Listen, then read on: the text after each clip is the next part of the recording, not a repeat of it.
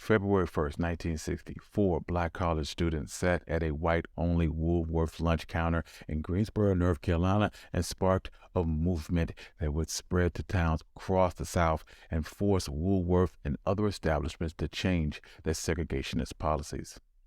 And if this is the type of content that you enjoy, you can find more content like this at onemichistory.com. Also, if you'd like to support the channel, you can do so on my Patreon or Buy Me Coffee in the description below. Give me 5 stars on Apple Podcasts and support the YouTube channel. But without further ado, let's get started. Are you struggling to conceive? You have options, and at Piedmont Reproductive Endocrinology Group, we'll make sure you have the guidance and support you need. PREG is known for individualized fertility care that's unique to every patient. We take the time to provide a reassuring and empowering experience because we believe that you deserve nothing less. Let us help you on your journey to parenthood. Visit us at pregonline.com to learn more. Get the guidance and support you need at Piedmont Reproductive Endocrinology Group. The Greensboro Four were Joe McNeil, Ezell Blair Jr., David Richmond, Franklin McCain. They attended North Carolina Agriculture and Technical College, and the group was initially spurred into activism by the torture and brutal murder of Emmett Till and resulting frustration from the actions and the lack of actions from the state and city leadership regarding their racial politics. See, the Greensboro sit-ins were not a spontaneous act of rebellion. In the years after the Brown versus the Board of Education decision, state and the city of Greensboro leaders boasted the Tar Heel Way and denounced the harsh language of the massive resistance in other southern states. This put forth a more progressive image while continuing to maintain the racial status quo. In the end, the results were exactly the same. During this time, white leaders in North Carolina only listened to black people that fit their level of expectation. And conversely, blacks were reluctant to publicly participate in groups like the NAACP because of economic reprisals. This led whites in North Carolina to conclude that blacks were tolerant of the racial status quo. And by the end of 1950, state leaders had failed to make any actual headway towards integration and instead had gone forth with what they called the Per All Plan. This was a plan to gradually integrate North Carolina's public schools, but what actually happened was token integration in places like Greensboro, while in the rest of North Carolina, it was set up to either stall or completely stop public school integration. The Greensboro Four grew up in this environment. 3 out of the 4 spent their teenage years in Greensboro, with only Joseph McNeil being raised in Wilmington, North Carolina. During their freshman year, they became close friends and often met in their dorm rooms to discuss conditions of being black in America and what they could do to stand up to Jim Crow. They were influenced by the works of Langston Hughes, W.B. Du Bois, and the nonviolent action of Martin Luther King and Mahatma Gandhi.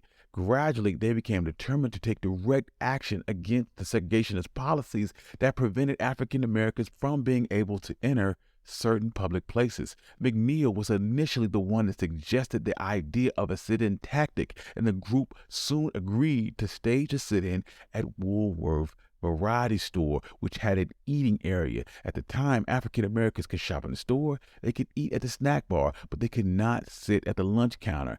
The Four carefully planned their protests. They attended NAACP meetings at Bennett College and received guidance from mentor activists and enlisted help of the women of Bennett College to serve as lookouts while the 4 men took their seats at the lunch counter on the first day of the protest. They also seek the assistance of a local white businessman by the name of Ralph Johns. He would be there to contact the media. See, one of the critical points of protests was looping in the media. Lunch counter sit-ins were not new. They had taken place all over the United States in the 1940s and the 1950s, but these demonstrations didn't garner national attention. The Greensboro Four wanted their protests to get recognized, and this is why the arrangement with Ralph John to alert the press in their plans was so important. National media coverage of sit-ins brought increased attention to the African American community and the civil rights movement as a whole. January 1st, 1960, the Four entered F.W. Woolworth store in Greensboro, North Carolina, and the students browsed the store's offerings and stepped to the cashier to buy everyday things that they needed, like toothpaste, a notebook, and a hairbrush. For many, this trip didn't seem unique. Then they went and sat at the lunch counter, and the waitress told them that blacks could not be served and suggested they go to the stand-up counter where they could take their order. The four begged to differ and pulled out the receipts and told her they disagreed. McCain told her that you do serve us here. You've already served us, and I can prove it. We got receipts. We bought things here, and we just wanted to be served. The store manager would then come out and ask them to leave, and they stayed in their seats, and the manager would call the Greensboro police. The police would arrive on the scene, but were unable to take action due to lack of provocation. By that time, Ralph Johns had already alerted the local media, who arrived in full force to cover the events on television. Woolworth decided to close early that day, and the four students left peacefully. They were excited that they had not been arrested or attacked, and that night they asked members on A&T's campus to help join them the next day, and many of them agreed. February 3rd, the numbers grew to over 60 students. White customers did heckle the black students, but there was no violence, and the students simply read books and studied while the lunch counter staff continued to refuse them service. F.W. Woolworth National Headquarters said that the company's policy would continue to abide by the local custom and maintain their segregationist policies. February 4th, the campaign had grown to more than 300 students. More students from A&T, Bennett, and Dudley High School joined the movement, as well as a few white students from the University of Greensboro. They filled the entire lunch counter and paralyzed the lunch counter and other local businesses. Organizers agreed to expand the sit-in protest to include the lunch counter at the local H.S. Crest store, and students and college administrators met with representatives from Woolworth and Crest to discuss the sit-in, but both stores continued to refuse to integrate their lunch counters.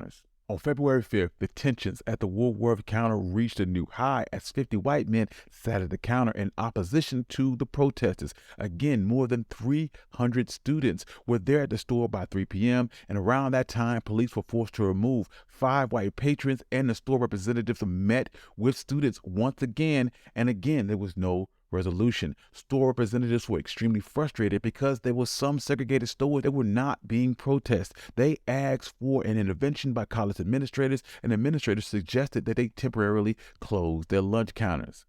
On Saturday, February 6th, more than 1,400 North Carolina A&T students met at Harrison Auditorium on campus, and they voted to continue the protest and once again filed in to the Woolworth store with more than 1,000 protesters and counter-protesters. By 1 p.m., a bomb threat was called into the store, causing protesters to head over to the H.S. Crest store, which also immediately closed.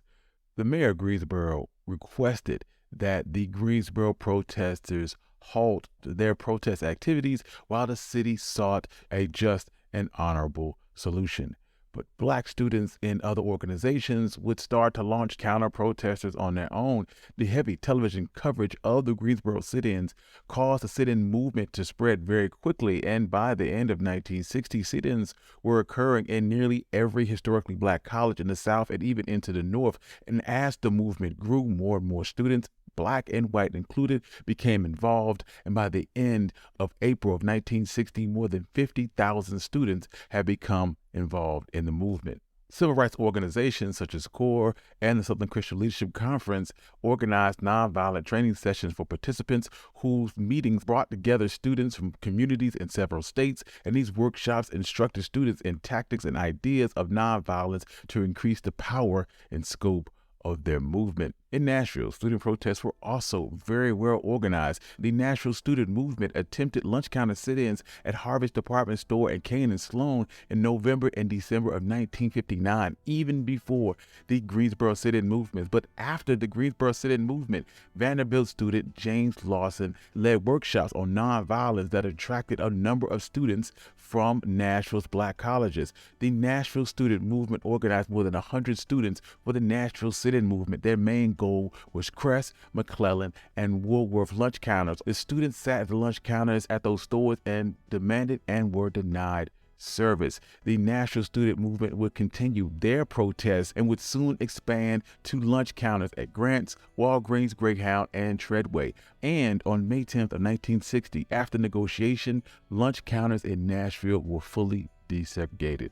Many within the Nashville student movement, including John Lewis, Diane Nash, and Marion Barrett, would later become leaders in the civil rights struggle. And because of the success of the civil rights movement, students became more confident in their ability to direct campaigns without adult leadership.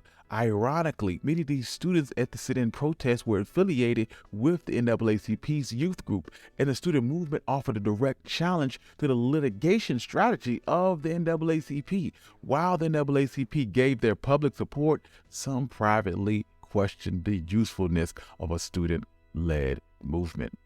Nonviolence was a central component to the student-led demonstrations. However, many protesters were not met with peaceful responses from the public.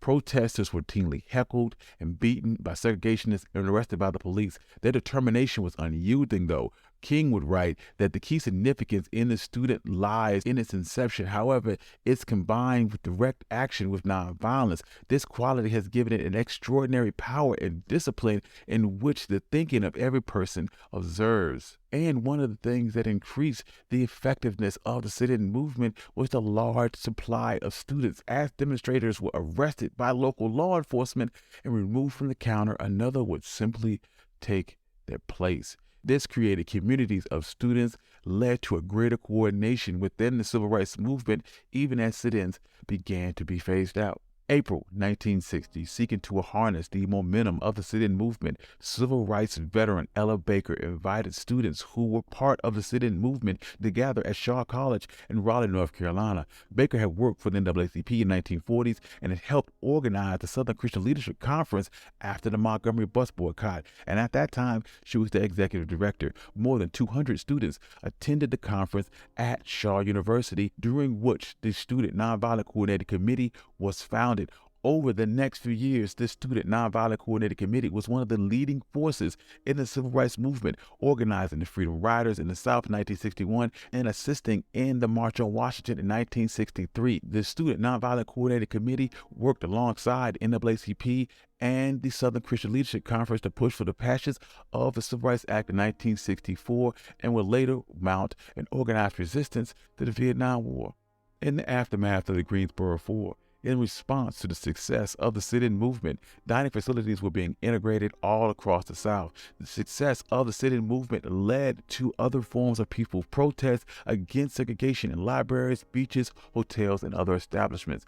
F.W. Woolworth sales by the end of July in boycotted stores dropped by a third, leading to a loss of nearly $200,000, which is $1.8 million in today's money. This caused the owners to completely abandon their segregationist policies. While many local college students were away on summer vacation, store manager Clarence Harris asked 4 black employees to change out of their work clothes and order a meal at the lunch counter, and they quietly were the first to be served at the Woolworth lunch counter, after which most of Woolworth stores were soon desegregated. The Greensboro sit-in was a critical turning point in Black history and marked a first major effort by a large population of African Americans into civil rights activism. While the sit-in movement failed to create national attention necessary for federal intervention, the creation of the Student Nonviolent Coordinating Committee as a permanent organization, as sit-ins began to fade in the end of 1960, the Student Nonviolent Coordinating Committee would take up nonviolence and usher in a new phase of Black protest in the form of Freedom Rides, as others took the cause of integration into the South, furthering the fight for equal rights in the United States. Thank you. This has been the story of the sit-in movement. If you like more stories like this, you can find more stories like this at OneMicHistory.com. Also, if you'd like to support the channel, you can do so on Patreon or Buy Me Coffee in the description below. Give us 5 stars on Apple Podcasts and support the YouTube channel. Peace.